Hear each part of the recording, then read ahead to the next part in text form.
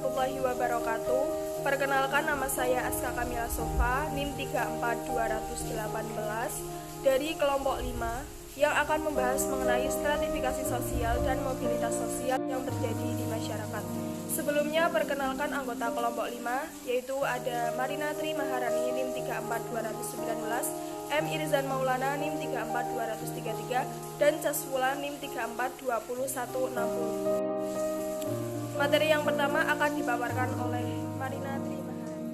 Yang pertama, stratifikasi sosial yang memiliki arti yaitu pengelompokan masyarakat secara sosial, budaya, ekonomi, atau politik dalam lapisan-lapisan yang jenjang. Dasar pembeda antar satu posisi sosial dengan posisi sosial lainnya berupa perbedaan ekonomi, kekayaan, status sosial, pekerjaan, kekuasaan, dan sebagainya. Yang kedua, sifat stratifikasi sosial. Yang pertama, sifat alamiah. Secara alamiah, lapisan sosial masyarakat dapat terbentuk karena keturunan senioritas dan pemimpin masyarakat adat. Yang kedua, sifat disengaja. Alasan utama stratifikasi sosial yang disengaja berkaitan dengan pembagian kekuasaan dan wewenang resmi dalam organisasi formal seperti pemerintahan, perusahaan, partai politik, organisasi masyarakat, dan lain-lain. Yang ketiga yaitu bentuk stratifikasi sosial. Yang pertama, stratifikasi sosial ekonomi. Stratifikasi yang didasari oleh ekonomi dinilai menjadi faktor tertinggi lapisan sosial dapat terbentuk. Di era industri saat ini, orang yang memiliki modal atau alat produksi dianggap menduduki lapisan sosial teratas. Sedangkan orang yang mengabdikan hidupnya untuk bekerja pada seseorang dinilai menduduki lapisan sosial bawah. Di suatu lain, besarnya kepemilikan juga menjadi faktor penentu lapisan sosial. Misalnya di lingkungan pedesaan, orang yang memiliki luas sawah terbesar dinilai memiliki status sosial yang tinggi. Baik, saya akan menjelaskan yang kedua yaitu stratifikasi politik. Faktor yang mendasari stratifikasi politik ialah kekuasaan.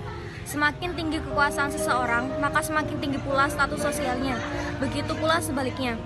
Seseorang yang memiliki kekuasaan tinggi dinilai mampu mempengaruhi orang banyak untuk mencapai tujuannya. Kekuasaan ini bisa didapatkan seseorang melalui jabatan formal di sebuah lembaga maupun institusi. Selanjutnya yaitu yang ketiga, stratifikasi status sosial. Pembagian kelas pada masyarakat didasari oleh perbedaan status kehormatan. Orang yang berasal dari kelas terhormat cenderung membatasi pergaulan dengan orang dari luar kelasnya. Contoh stratifikasi status sosial dapat ditemukan pada sistem kasta masyarakat India dan status bangsawan kerajaan Inggris. Di Indonesia, stratifikasi status sosial dapat ditemukan di dalam tatanan kerajaan Nusantara. Selain itu, di Indonesia juga dikenal istilah daerah biru yang memiliki kedudukan tinggi dalam tatanan masyarakat karena masih merupakan keturunan kerajaan Jawa.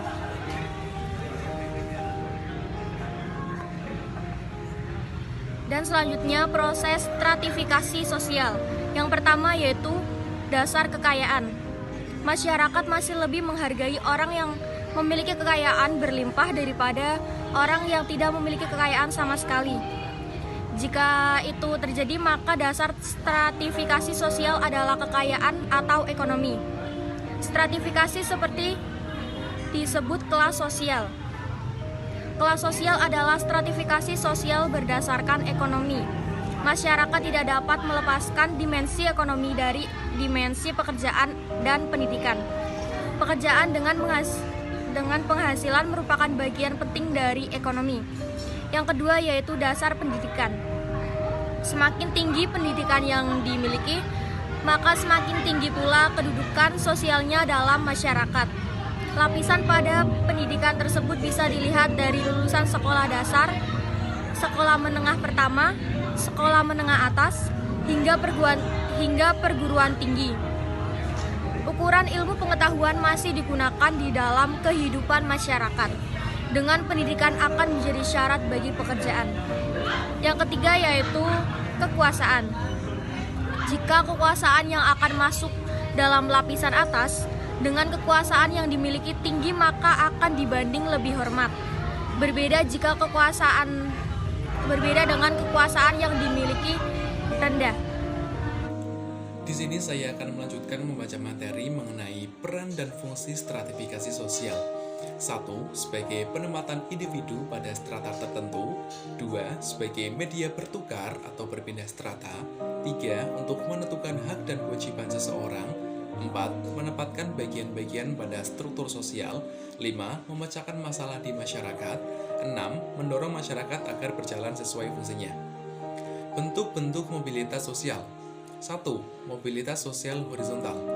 Mobilitas horizontal merupakan peralihan individu atau objek-objek sosial lainnya dari suatu kelompok sosial ke kelompok sosial lainnya yang sederajat.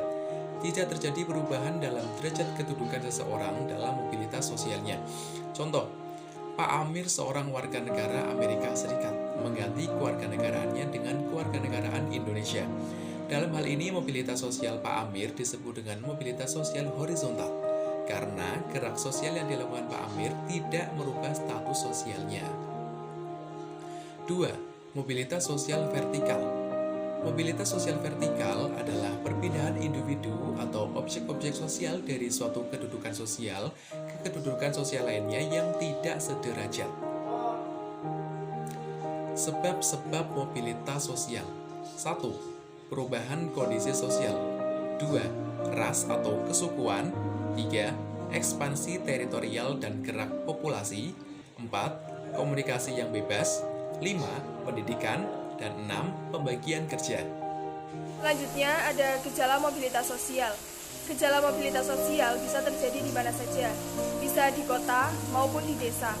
Gejala mobilitas sosial pun ada berbagai macam, antara lain religius, gejala-gejala ekonomi, gejala politik, dan gejala hukum. Akibat dari gejala mobilitas sosial. Akibat gejala mobilitas sosial adalah orang-orang akan berusaha untuk berprestasi atau untuk maju, karena terdapat kesempatan untuk pindah strata. Mobilitas sosial akan mempercepat tingkat perubahan sosial dalam masyarakat ke arah yang lebih baik.